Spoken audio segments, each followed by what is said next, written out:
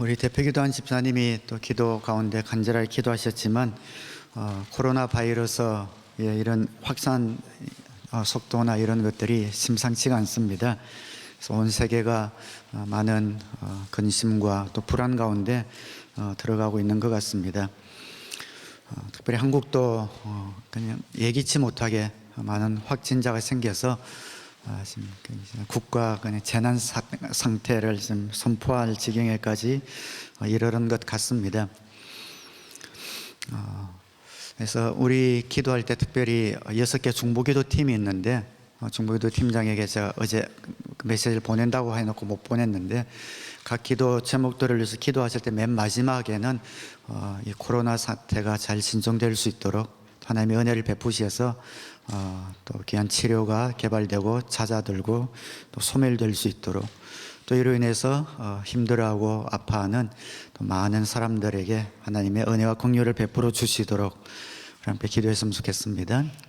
그리고 또 우리 사랑의 교회 식구들, 한국에 있는 우리 가족 친척들, 또 여행 중인 우리 식구들 안전과 건강을 위해서 기도했으면 좋겠습니다. 우리 한국의 선교사님들을 통해서 복음이 들어왔습니다. 처음 들어왔을 땐 한국말이 어눌하게 그렇게 배워서 설교를 했지만 많은 그리스도인들이 큰 은혜를 받고 감동을 받고 한국의 아름다운 복음이 세워지게 됩니다. 비록 말은 서툴지만 그분들의 마음 가운데 있는 간절한 마음, 미국의 서양에 살다가 이름도 없는 동방의 작은 나라 조선 땅에 와서 그렇게 핍박을 당하면서도 그들을 하나님 앞에 정말 인도하고자 하는 그런 간절한 마음들이 전해졌기 때문에 그런 귀한 복음의 씨앗이 뿌려지지 않았나 싶습니다. 선교사님들이 처음에 와서 말이 어눌하기 때문에 여러 가지 에피소드들이 많이 있습니다. 제가 마지막 예배 마칠 때 축도하지요. 이제는 우리 주 예수 그리스도의 은혜와 이렇게 합니다. 선교사님이 이제는 해야 되는 이제는이라는 단어가 생각이 안 나가지고 요즘은 이렇게 했다고 하죠. 그래도 축복이 그대로 전해지겠죠. 또 사흘째 되던 날 뭐 이런 말이 성경에 자주 나오잖아요. 그 한국말이 참 아름답긴 한데 또 처음엔 어려운 것도 있어요. 하루, 이틀, 사흘. 그러니까 이틀은 생각이 나는데 사흘이라는 말이 생각이 안 나서 새틀째에 이렇게 이야기하기도 했고요. 또 뭐 식물인간 이런 말이 생각이 안 나서 야채인간 했다고 하기도 합니다. 뭐 어쨌든 유머고요. 어쨌든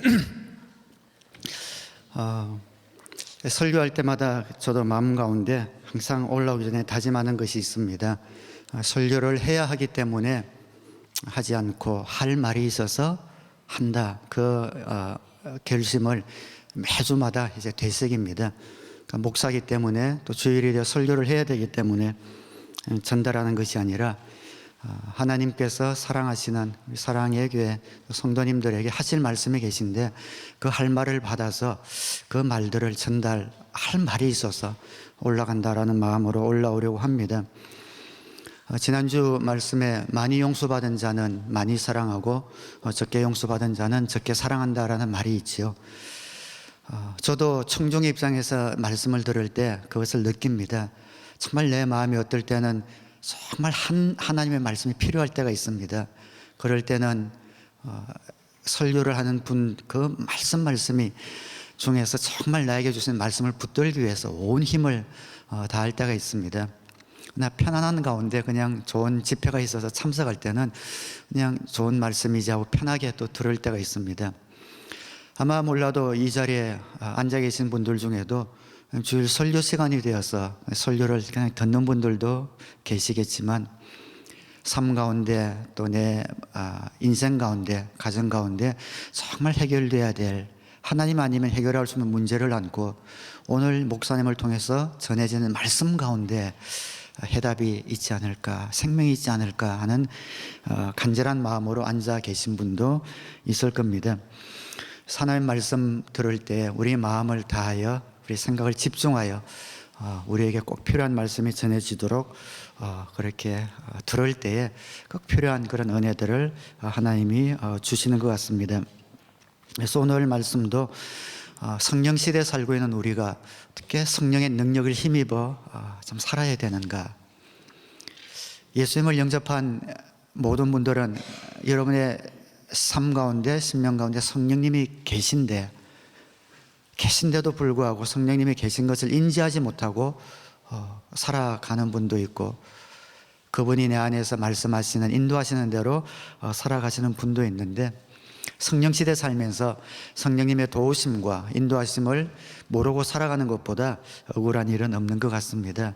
그래서 오늘 짧은 설교가 마칠 때는 내 안에 계신 성령님이 어떤 분이시고 이분의 인도함을 받아서 성령 충만하여 살아가기로 결심하는 그런 은혜가 있으면 좋겠습니다.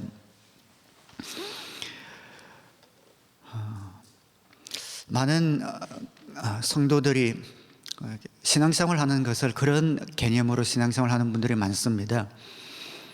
그냥 교회 다니는 것은 죄 짓고 회개하고, 딴 데서 죄 짓고 하면은 회개하거나 용서하거나 이런 기회가 없는데, 그래서 교회 다니니까 일주일 동안은 그냥 정신없이 세상 가운데 때묻어 살다가 주일날 오면 거룩한 곳에 왔으니까 하나님 제 죄를 용서하여 주십시오. 지난 일주일 동안 알고 지은 죄 모르고 지은 죄 용서하여 주십시오.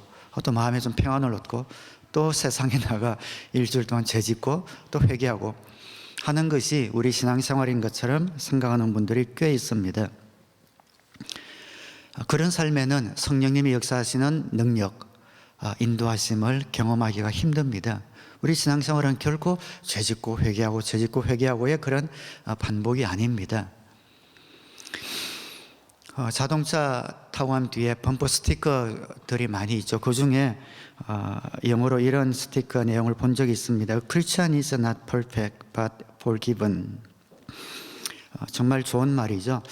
크리스찬은 완전한 사람이 아니다. 용서받은 사람이다. 맞습니다. 우리가 예수님을 영접하고 하나님의 자녀가 되었지만 완벽하지 않습니다. 완전하지 않고 또 죄 짓고 그렇게 살아갑니다. 용서받은 죄인입니다. 말은 맞는데 이 말을 많은 사람들이 다르게 합리화시키려면은, 그렇지, 난 완벽하지 않아. 어떻게 크리스찬이지만 어떻게 내가 죄 짓지 않고 그렇게 법대로 말씀대로만 살아가겠어. 나도 용서받은 죄인이 언제든지 죄 지을 수 있지 라는 마음이 어떤 겸손한 그런 마음이 아니라 그냥 신앙생활이 죄 짓고 회개하고 하는 것에 반복이라는 것에 자기 합리화가 된다면은 좀 안 좋은 것 같아요. 이 표현이 오히려 우리에게 신앙생활에 부정적인 영향을 주는 그런 표현이 되지 않을까 싶습니다. 난 완벽하지 않아. 그냥 다 그렇지 그냥 그렇게 살아가는 거지. 적당히 또 타협하면서 또 죄지하면 또 회개할 수 있으니까 그냥 그렇게 살아가는 거지 라고 생각한다면, 이 크리스찬도 난 크리스찬과 별 어떤 차이가 없이 살아가는 그런 삶을 변명하기 위한 그런 말이 될 수도 있다는 것이지요. 말씀드리지만 우리가 항상 죄짓고 회개하고 하는 일이 반복된다면 그것은 은혜의 삶이 아니라 정상적인 크리스찬의 삶이라고 말할 수 없습니다. 적어도 우린 그런 기대를 가져야 합니다. 난 완벽하지 않지만 예수님을 닮은 그 완전을 향하여 점점 나아지고 있다. 성령께서 내 마음 가운데 상륙하시고 나서 그 성령께서 내 안에서 점점 그 상륙 작전을 펼치시면서 내 안에서 그 성령의 영역을 확장시켜 나가기 때문에 점점 나의 삶 가운데서 죄 짓는 것, 이런 빈도수가 점점 줄어들며 주님 닮은 그런 거룩한 모습으로 내가 변화되고 있다라는 그런 기대가 우리 가운데 있어야 합니다.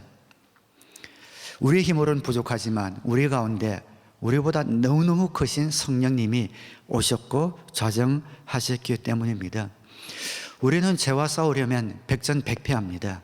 우리의 의지로는 죄와 더불어 싸워 이길 수가 없습니다. 하나님께서 우리에게 율법 혹은 계명 혹은 말씀을 주셨습니다. 그 말씀은 우리를 행복하게 만들기 위해서 주신 겁니다. 그 말씀대로 지키면 우리 삶 가운데 참다운 행복이 옵니다. 그 말씀대로 지키려고 하는데 그 말씀을 지키도록 지키지 못하도록 만드는 존재가 있다는 겁니다. 그것이 죄입니다. 우리 가운데 죄가 있는 것을 몰랐는데, 내가 죄인인 것을 알지 못했는데 선명한 하나님의 말씀이 탁 새겨지는 순간 그 말씀을 따라 살아가려고 하니 사라지지 않는 나의 모습을 봅니다. 사랑하고 용서하고 친절히 대하고 용납하고 하는 이런 하나님의 뜻을 따라 살아가려고 하면 할수록 미워하고 시기하고 질투하고 이간질하고 관계를 파괴하는 그런 습성이 나에게 있는 것을 점점 발견합니다. 이러면 안 되는데 해서 좀 좋은 분들은 좀 더 이걸 이기면서 힘을 내어서 이겨보려고 노력하지만 한계가 있습니다. 하다가 지치지요. 근데 많은 분들은 인간은 어쩔 수 없지, 뭐 그렇게 살아가는 거지 하면서 포기하면서 살아가기도 합니다. 우리 안에 우리로 하여금 죄를 짓게 하는 그런 힘이 있다라고 성경은 이야기합니다. 그래서 우리가 성경 말씀대로 살려고 하면 할수록 이 죄의 힘에 더 끌려서 우리 자신을 정죄하든지 낙심하든지 절망하게 만듭니다. 바울이 이것을 발견한 겁니다. 그도 자신이 죄인인 것을 깨닫지 못하고 율법대로 산다고 이 땅 가운데서 가장 수제자 가말리엘의 수화생으로 율법대로 산다고 고백했던 이 바울이 예수님을 만나고 나서 보니까 그 안에 있는 죄가 자신을 얼마나 끌어당기고 있는지 그것을 발견한 거죠. 그가 선하게 산다고 생각했던 그 기준인 그 계명이 오히려 올무가 되어서 자신을 죄인으로 만드는 것을 발견합니다. 오호라 나는 곤고한 사람이로다. 이 사망의 법에서 누가 나를 건져낼까 탄식하고 있는 것을 보게 되죠. 그러면서 로마서 8장으로 와서 그러므로 앞에 율법과 계명이 우리를 죄인 만드는 이 모든 삶 가운데서 우리를 건져내시는 분이 성령님이시다 하고 8장 1절에 그러므로라고 시작을 하고 있습니다. 우리 마음 가운데 죄의 힘이 강하지만 그 죄의 힘을 능히 이기는 성령님이 저와 여러분들 마음 가운데 있는 것을 믿으시기를 바랍니다. 그분이 내 마음 가운데서 내 힘을 온 힘을 다하여도 싸워서 이길 수 없는 그 죄의 힘을 이길 수 있는 성령께서 우리 마음 가운데 계시다. 그것이 우리의 머리가 아니라 우리의 마음으로 믿어지고 우리의 삶 가운데 적용이 되어져야 합니다. 성령님이 우리 안에 사시는 일은 이제 그 죄의 법을 이기시고 우리로 하여금 말씀대로 살아갈 수 있는 힘과 능력과 지혜를 주십니다. 2절 말씀에 보면 그것은 그리스도 예수 안에서 생명을 누리게 하는 성령의 법이 당신을 죄와 죽음의 법에서 해방하여 주었기 때문입니다. 이 세상의 이 법을 성경은 죄와 죽음의 법이라고 이야기를 하고 있습니다. 우리 힘으로 착하게 살려고 하면 할수록 우리를 끌어당기는 그 힘, 하나님의 뜻대로 살지 못하게 하는 그 힘, 그 법을 죄와 죽음의 법이다. 이 세상 어느 누구도 그 죄와 죽음의 법에서 자유로울 수가 없습니다. 그런데 예수님을 영접하는 순간에 예수님이 하나님께 올라가셔서 하나님께 구하여 보내신 성령님이 우리 삶 가운데 들어오셔서 우리 속에 있는 모든 죄와 죽음의 법을 누르시고 승리하게 하신다라는 것이지요. 그래서 얼마나 큰 복인지 모릅니다. 하나님의 자녀들에게는 죄의 법보다 더 큰 법이 적용하는데 그 법을 성경에서는 생명을 누리게 하는 성령의 법, 우리 속에 있는 죄의 법보다 훨씬 더 강하신 성령의 법이 계시기 때문에 이제 우리는 죄를 이기고 하나님의 말씀을 따라 살 수 있는 그런 포텐셜, 그런 능력을 갖게 된다는 거죠. 여러분, 어떤 물체든 위를 향하여 던지면 땅에 떨어지기 마련입니다. 가벼운 깃털 같은 것은 바람에 날려서 한참 있다가 떨어지지만 쇳덩어리는 던지자마자 바로 땅에 떨어지지요. 중력의 법칙이 이 땅 어느 곳에든 미치기 때문입니다. 금속은 이 땅에 떨어집니다. 모든 물체는, 이 땅에 있는 물체는 중력의 법칙에 적용을 받게 되어 있습니다. 근데 비행기는 안 떨어져요. 그 무거운 금속 덩어리인 비행기는 땅에 떨어지지 않고 목적지까지 마음대로 날아갑니다. 비행기에게 중력의 법칙이 없어졌습니까? 그건 아니지요. 여전히 중력의 법칙이 그 비행기에도 작용하고 있지만 그 중력의 법칙보다 더 강한 부력의 법칙이 비행기를 붙들고 있기 때문에 공중을 날아가는 것 아닙니까? 그 날개 모양이 이렇게 된 것이 위와 아래 그 기온 차이로 비행기가 뜬다고 하지요. 중력의 법칙을 이기는 부력의 법칙이 비행기를 뜨게 하는 것처럼 이 땅의 죄의 법이 우리를 항상 끌어당기지만 그 죄의 법칙보다 더 강한 법칙, 성령의 법이 우리 가운데 오셨기 때문에 그 죄의 능력을 능히 이길 수 있는 힘과 지혜와 하나님의 은혜가 저와 여러분들이 있는 것을 믿으시기를 주님의 이름으로 축원합니다. 그래서 우리 가운데 그 죄의 법은 언제나 죄책감으로 정죄함으로 우리를 끌어당깁니다. 야, 너가 그래가지고 믿는 사람이니 뭐 크리스찬이니 기독교인이니 그래서 교회 다닌다고 그러니 하는 끊임없는 정죄 소리로 우리를 끌어당기고 그 모양으로 살면서 어떻게 사역을 하고 사명을 감당하려고 그렇게 나대더냐 이러면서 우리 속에서 끊임없는 정죄 소리를 뿜어내는 것이 바로 죄와 사망의 법입니다. 그래서 조금 더 성경대로 말씀대로 살아가려고 하면 내 힘으로 살아가려고 하면은 어김없이 그 죄의 법이 우리를 끌어당기게 되지만 이제 예수님을 영접하는 순간 우리 가운데 성령의 법이 죄와 사망의 법을 눌러버리고 하나님의 뜻대로 살 수 있는 그런 힘을 우리에게 주셨다라는 사실 그리고 그 기대가 우리 가운데 있어야 합니다. 1절부터 다시 본문을 읽으면 그러므로 그리스도 예수 안에 있는 사람들은 정죄를 받지 않습니다. 그것은 그리스도 예수 안에서 생명을 누리게 하는 성령의 법이 당신을 죄와 죽음의 법에서 해방하여 주었기 때문입니다. 어떻게 하면 이 성령님을 그럼 우리의 마음 가운데 모실 수 있는가? 예수님을 주님으로 영접함으로 성령님이 우리 마음 가운데 오십니다. 한번 따라하겠습니다. 성령님은 예수님으로 인하여 주어졌다. 예, 성령님은 말 그대로 Holy Spirit, 거룩한 분입니다. 거룩한 분이기 때문에 거룩하지 않은 곳에 머물 수 없는 분이세요. 아름다운 나비가 향기로운 꽃 위에 앉지 길거리의 말똥, 소똥 위에 앉지 않는 것과 마찬가지입니다. 성령님은 거룩한 곳에 좌정하십니다. 우리 마음은 거룩하지 못했습니다. 죄가 있었습니다. 그러나 예수님께서 이 땅에 오셔서 우리가 받을 벌을 대신하여 십자가에서 그 죄값을 대신 치르시고 돌아가셨습니다. 테텔레스타이, 다 갚았다. 우리의 죄의 빚을 다 갚아버리시고 그 주님이 하신 일을 믿고 그 주님을 나의 삶 가운데 구세주와 주님으로 영접하는 모든 사람에게는 그 즉시 하나님께서 우리의 모든 죄를 단번에 영원히 흰 눈처럼 씻어주시겠다고 약속하신 것입니다.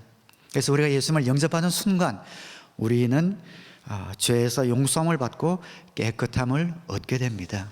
그래서 그 자리에 성령께서 돌아오시는 거죠. 예수 그리스도의 보혈로 거룩해진 그곳에 성령께서 오셔서 주님 만나는 그날까지 떠나지 아니하시고 하나님의 법을 따라 살 수 있는 힘과 능력과 지혜를 주시겠다 약속하셨습니다. 이 성령님이 오셔야 우리가 하나님의 뜻대로 살 수 있기 때문에 예수님도 제자들에게 십자가에 달려 돌아가시 전날 밤에 내가 가는 것이 너희들에게도 유익하다. 그래야 성령님이 오시기 때문이다. 성령이 오셔야만 하나님의 뜻대로 이 세상을 이기며 살아갈 수 있다라고 말씀해 주셨습니다. 성령님이 오셔야 이제는 육신의 법을 극복하고 하나님의 뜻대로 살 수 있다라고 말씀하십니다. 오늘 본문 뒤에 3절 4절에 보면 이렇게 기록합니다. 육신으로 말미암아 율법이 미약해져서 해낼 수 없었던 그 일을 하나님께서 해결하셨습니다. 곧 하나님께서는 자기의 아들을 죄된 육신을 지닌 모습으로 보내셔서 죄를 없애시려고 그 육신에다 죄의 선고를 내리셨습니다. 그것은 육신을 따라 살지 않고 성령을 따라 사는 우리가 율법이 요구하는 바를 이루게 하시려는 것입니다. 이제는 저와 여러분의 삶이 죄짓고 회개하고 죄짓고 회개하고 하는 삶이 정상이다라는 그런 생각에서 벗어나시고 항상 가책 가운데서 정죄함 가운데서 살 필요가 없다라는 것을 이 시간 여러분 심령 가운데 새기시기를 주님의 이름으로 축원합니다. 저와 여러분 이제 하나님의 뜻대로 살 수 있는 하나님의 자녀가 되었습니다. 하나님의 뜻대로 살 수 있는 모든 것들이 이루어졌습니다. 그것을 믿고 기대하고 발걸음을 옮겨야 합니다.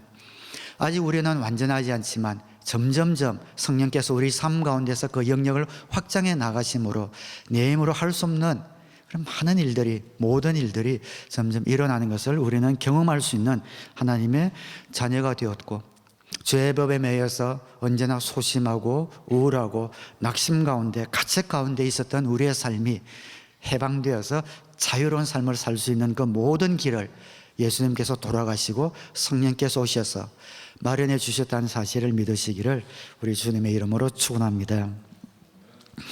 이 성령님이 오셔서 많은 일을 하십니다.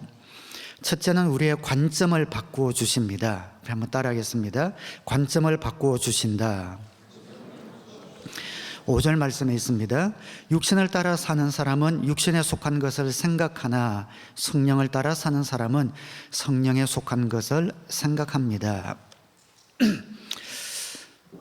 우리 교회에서 예수님 영접하고 침례받고 간증하는 분들, 또 생명의 삶을 점점 들으면서 주님을 알아가면 알아갈수록 그 관점들이 바뀌는 것을 보면 신기하기도 하고 너무 흐뭇하기도 하고 기쁘기도 합니다.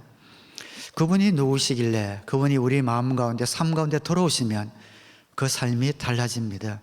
이제까지는 세상의 법, 세상의 가치관 내 매여 살다가 그 관점이 달라지기 시작합니다. 어떤 사건을 볼 때, 환경을 볼 때, 상황을 볼 때, 혹은 어떤 사람을 볼 때 지금까지의 그런 관점들이 바뀌는 것을 보게 됩니다. 직장생활을 하는 분은 이 직장이 하나님께서 나에게 주신 그런 생업의 사역의 현장이다라는 것을 알게 되고 다른 사람을 섬기는 그런 마음들을 주게 됩니다. 고용주는 고용인이 그냥 자기의 가게를 위해서, 회사를 위해서 일하는 소모품처럼 그렇게 여겼지만 이분이 성령님을 모시게 되면, 예수님을 영접하게 되면 저분들도 가정이 있고 또 두려움이 있고 기쁨이 있는 이런 정말 하나님이 지으신 사람이구나라는 그런 것으로, 그런 모습으로 보이기 시작하죠. 남편이, 아내가, 자녀가 점점 다른 모습으로, 다른 관점으로 보여지기 시작합니다. 특별히 인권이 취약한 그런 나라에는 그리스도의 복음이 들어가면 어린아이들, 여자들, 또 그 다음에 병든자들, 그 약한 자들을 보는 그런 관점들이 점점 변하는 것을 보게 됩니다. 성령께서 우리 마음 가운데 들어오시면 하나님과 관계된 모든 것들이 우리 마음 가운데 정말 기쁨을 가져다 주고 우리의 삶을 던지고 싶고, 내 인생의 목적이 섬김을 받는 것이 아니라 섬기는 것이다 라는 관점으로 바뀌게도 되죠. 이제까지는 내가 내 삶과 우리 가정의 어떤 유익을 위해서만 살아왔다면 예수님을 영접하고 성령을 받게 되면 다른 사람의 고통, 아픔이 나에게 그대로 전이가 되고 동감하게 되고 함께 기뻐하고 혹은 함께 기도하게 되는 이런 놀라운 일들이 일어나게 됩니다. 영적인 눈이 떠여지고 영적인 귀가 열려지고 사람들을 보는 그런 관점이 가장 귀한 주님의 긍휼의 마음, 사랑의 마음을 가지게 되는 것, 그것이 너무나 신기하고 놀랍습니다.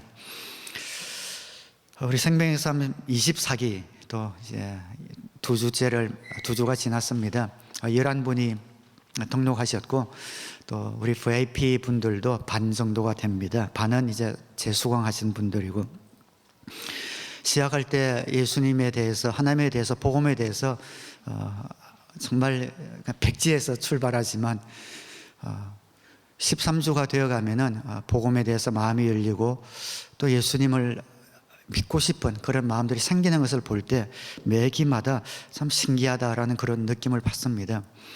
어떨 때는 정말 저분에게 복음이 들어갈까, 주님을 향한 그런 호기심이 열릴까라는 그런 마음이 있지만, 하나님께서 일하시는 것들을 볼 때에, 그리고 점점 가면서 표정들이 바뀌고 관점들이 바뀌는 것을 볼 때에, 이 복음이 무엇이길래 이런 능력이 있는가, 우리의 삶을 바꾸는가, 매기마다 고백하지 않을 수가 없습니다. 이렇게 하니까 이번에 24기 돌아오신 분 뭔가 바뀌어야 될 것 같은 압박감이 막 오죠. 그냥 편안하게 결정만 하지 마시고 13주 이게 계속 완주하시면은 자신도 모르게 하나님이 은혜 베풀어 주시는 것을 아마 느끼게 될 겁니다.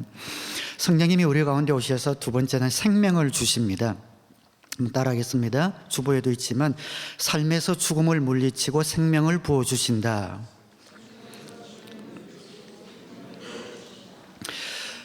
우리가 성령님을 모시기 전에는 육신의 것만 생각하며 사는 사람들이었습니다.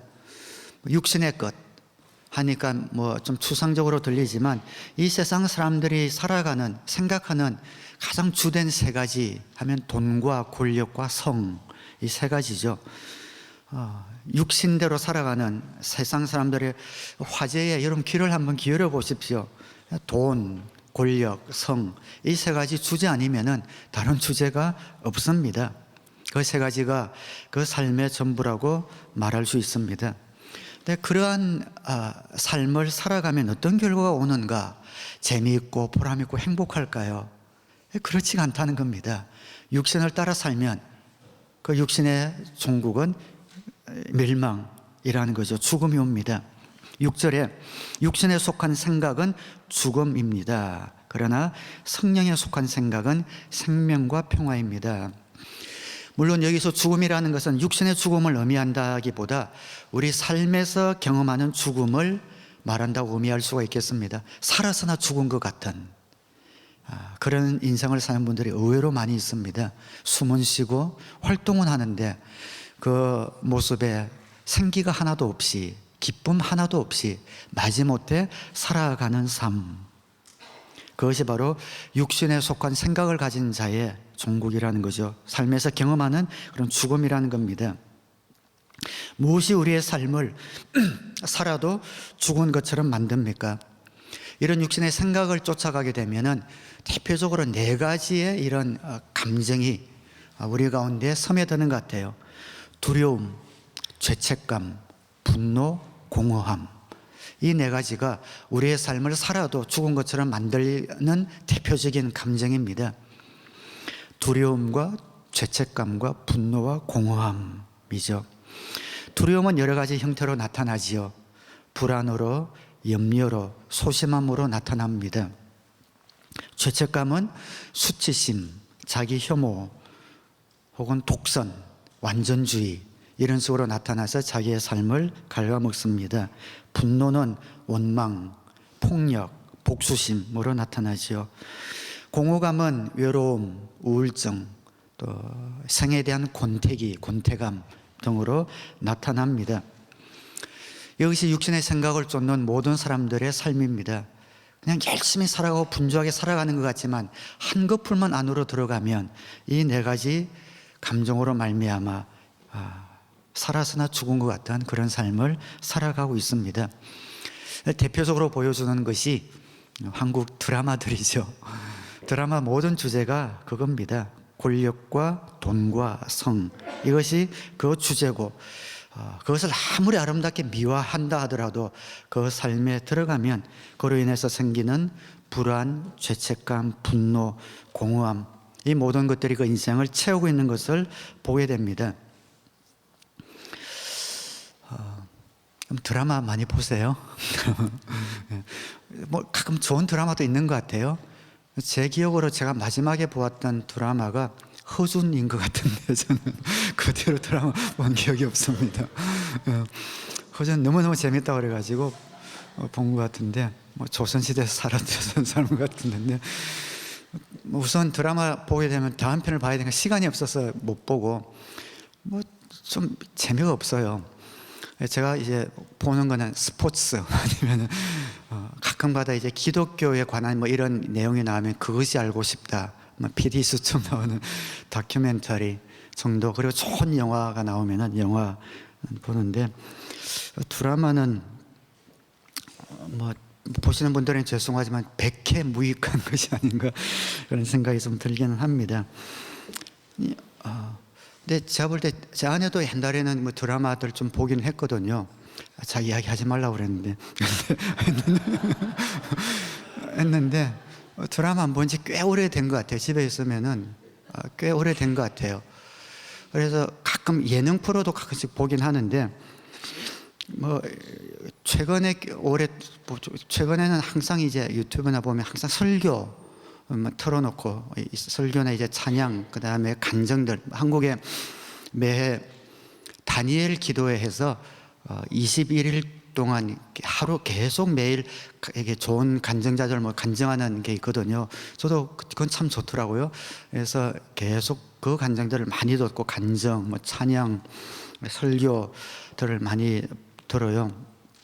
근데 다른 목사님 설교는 많이 듣는데 제 설교는 듣는 건 못 봤습니다. 어쨌든 설교들을 많이 듣는데, 지난 주간은 뭐 그런 이야기를 해요. 볼 때 옛날에 드라마도 보고 가끔 이제 예능 프로도 보는데, 그러니까 그걸 보고 나면, 볼 때는 한번 웃고 하면은 재밌는 것 같은데, 보고 나면은 허무하다 이런 이야기 표현을 하더라고요. 세상 이런 드라마나 이런 뭐 예능 프로나 이런 거 보면 한번 웃기도 하고 뭐 좀 하는데, 보고 나면 그냥 너무 허무하고 뭐 공허하다 그런 표현을 딱 정확하게 해요. 그래서 그게 더 이상 손이 안 간다 이런 이야기를 하는 것을 들었습니다. 오늘 아마 여러분도 그런 경험이 있으실 것 같아요. 그냥 시간이 남을 때에 인터넷이나 이런 데 그냥 쓸데없는 뭐 어떤 드라마라니 그런 데 너무 빠지다 보면 시간을 때우긴 하는데, 몇 시간 보고 나면은 뭔가 좀 공허함, 또 허전함, 또 외로움, 이런 것들이 좀 찾아오지 않나, 힘이 생기기보다는 오히려 디프레스가 찾아오는 것을 느끼지 않나 싶습니다. 왜냐하면 그 모든 주제가 이 육신의 생각이 갖고 있는 주제가 대부분이기 때문에 그렇습니다. 두려움과 죄책감과 분노와 공허감을 주는 그러한 주제로 가득 차 있기 때문이죠. 그러나 성령에 속한 것을 생각하는 사람, 내 안에 성령님이 있다는 것을 알고 그 음성에 귀를 기울이는 사람들에게는 육신의 죽음을 몰아내고 생명을 주십니다. 그러니까 살이 돋아오는 것 같다는 그런 생명을 그때마다 우리에게 막 주셔요. 두려움 대신에 신뢰와 소망과 자신감을 줍니다. 뭔가 내가 삶에 돈이나 뭐 권력이나 있는 건 없는데 그 삶에 신뢰감이 있고 소망이 있고 자신감이 있습니다. 죄책감 대신에 나는 어디서나 용납받고 사랑받는다는 그런 확신이 있습니다. 분노 대신에 사랑과 친절과 우정이 있습니다. 사람들을 대할 때에 그런 아름다운 정이 있습니다. 공허함 대신에 보람이 있습니다. 만족이 있습니다. 감격이 있습니다. 이것이 성령님이 우리 가운데 오셔서 하시는 일이지요. 내 마음 가운데 있는 모든 육신의 생각을 몰아내시고 성령의 생각으로 채워지는 복된 저와 여러분 되시기를 주님의 이름으로 축원합니다. 성령님이 우리 가운데 오셔서 하시는 정말 중요한 일 가운데 세 번째가 우리에게 영생을 주십니다. 이 땅 가운데 살면서 죽음의 그늘을 몰아내실 뿐 아니라 영원한 생명을 주시는 일을 성령님이 하십니다. 따라하겠습니다. 우리를 부활시킨다. 성령님이 우리 안에 계셔도 우리는 완전한 승리를 아직 맛보지는 못합니다. 아직 이 땅에 죄의 권세가 남아있기 때문에 우리 안에서 우리를 언제나 끌어당기는, 자석처럼 끌어당기는 죄의 힘을 느끼면서 살아야 합니다. 그때마다 성령의 능력을 의지하여 그 죄의 힘을 이기긴 하지만 언제나 우리를 무너뜨리고 유혹하려는 그 죄의 힘을 우리가 느끼면서 살아갈 수밖에 없습니다. 그러나 우리는 언제나 이런 긴장 가운데 살아갈 필요가 없습니다. 우리에게 부활이 있기 때문입니다. 하나님이 저와 여러분을 만드셨을 때, 하나님의 형상으로 만드셨을 때 죄가 우리 가운데 들어오기 전에 그 모습을 한번 상상해 보시겠습니까? 완전한 모습. 우리가 천국 갈 때 변할 그 모습과 같겠죠. 우리를 처음 만들었을 때 죄가 들어오기 전에 그 완전한 모습. 참된 나, 하나님이 나를 빚으신 참된 나, 정말 내 마음 깊은 곳에서 하나님을 사랑하고 그의 계명이 꿀송이보다 더 달고 예수님 한 분만으로 만족하는 그러한 마음들, 내 자신을 사랑할 뿐만 아니라 내 이웃을 대할 때 내 몸과 같이 사랑하기를 원하는 나를 가장 잘 표현할 수 있는 그 영광의 몸, 그것이 바로 부활인데 그 부활을 성령님의 능력이 허락해 주신다는 겁니다. 옷이 날개라는 말이 있지 않습니까? 그러니까 좀 못생겨도 옷을 잘 입으면 굉장히 세련되고 또 매력적으로 보이죠. 여러분 굉장히 매력적으로 보이십니다. 옷을 잘 입으시는 것 같은데, 옷을 잘 입는 이런 분들이 좀 매력적으로 이렇게 보이죠. 단정하게. 몸에 옷이라는 게 꼭 비싸서 좋은 옷이 아니라 그냥 매치도 잘하는 그런 분들이 있잖아요. 또 몸에 딱 맞는 옷을 갖추어 입으면 매력적으로 보입니다. 우리 육신의 몸은 우리 영혼에 맞지 않는 옷과도 같습니다. 우리 육신의 몸은 맞지 않을 뿐만 아니라 여기저기 구멍도 나 있고요, 음식을 흘려서 여기저기 얼룩도 져 있고 또 좀 낡아 빠지고 헤어지고 한 그런 옷을 입고 있는 사람처럼 우리 육신의 옷은 우리의 영혼에 그렇게 맞지 않는 그런 옷입니다. 할 수 없이 이 옷을 막 이렇게 고쳐가면서 우리가 살아가는 겁니다. 그러나 우리가 부활하는 날 하나님이 우리에게, 우리의 그 아름다운 영혼에게 가장 잘 맞는 옷을 입혀주시는데 그것이 바로 영광의 몸, 부활의 몸입니다. 더 이상 죄에 굴복하지 않아도 되고 죄의 세력 때문에 긴장하지 않아도 되는, 정말 하나님이 처음 우리를 만드실 때 마음간에 계획하셨던 존귀하고 아름다운 그 몸으로 우리가 우리의 옷을 갈아입게 될 것인데 그 부활의 능력을 성령께서 우리에게 일으켜 주신다. 11절 말씀에 예수를 죽은 사람들 가운데서 살리신 분의 영, 이분이 성령님이십니다. 예수님이 이 땅 가운데 육신으로 오셔서 완전히 숨이 끊어져 돌아가셨습니다.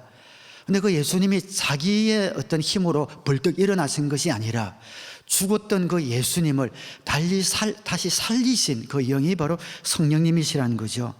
예수를 죽은 사람들 가운데서 살리신 분의 영, 그 성령이 여러분 안에 살아계시면 그리스도를 죽은 사람들 가운데서 살리신 분께서, 하나님께서 여러분 안에 계신 자기의 영으로, 성령으로 여러분의 죽을 몸도 살리실 것입니다. 믿으시면 아멘 하시기 바랍니다.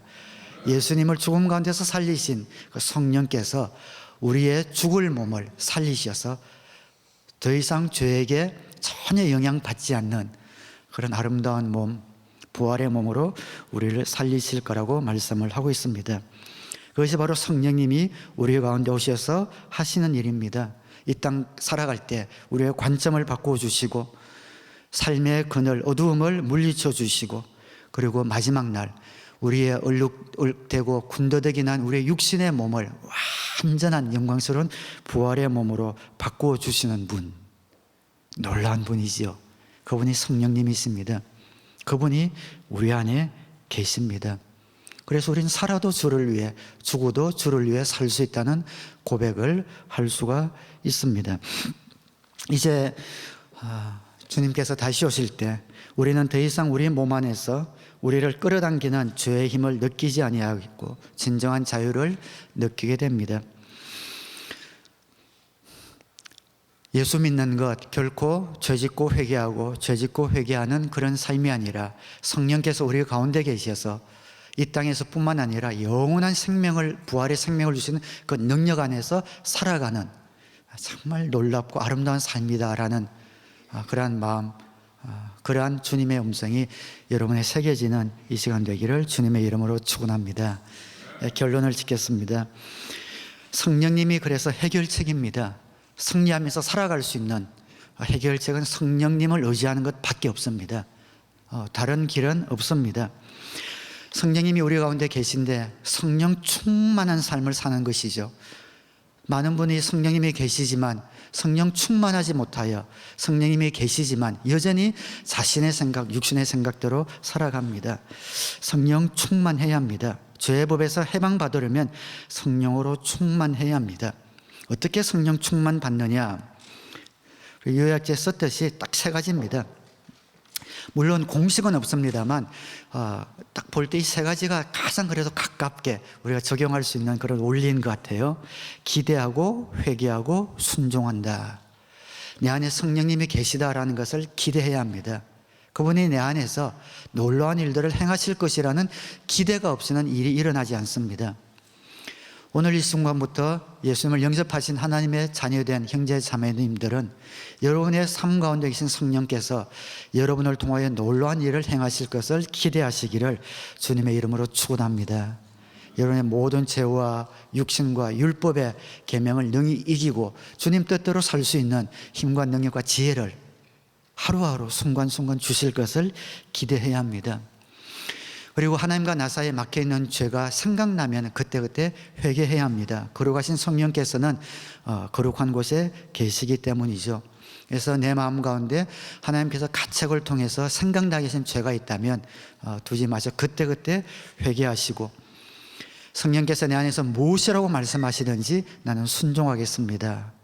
어떤 것을 고치라고 할 땐 고치고 버리라고 할 땐 버리고 섬기라고 할 땐 섬기고 사명을 감당하라고 할 때는 사명을 감당하겠다는 순종하겠다는 마음이 있을 때 성령님은 자유롭게 우리의 삶 가운데서 역사하게 됩니다. 그분이 여러분 안에서 활동하셔서 하나님의 뜻을 사모하게 하시고 그 사모한 마음을 행할 수 있는 능력을 주실 것을 믿고 성령 충만하여 이 땅 가운데 하나님의 아름다운 영광과 능력을 흘려보내는 저와 여러분들의 복된 삶이 되시기를 우리 주님의 이름으로 축원합니다. 기도하겠습니다.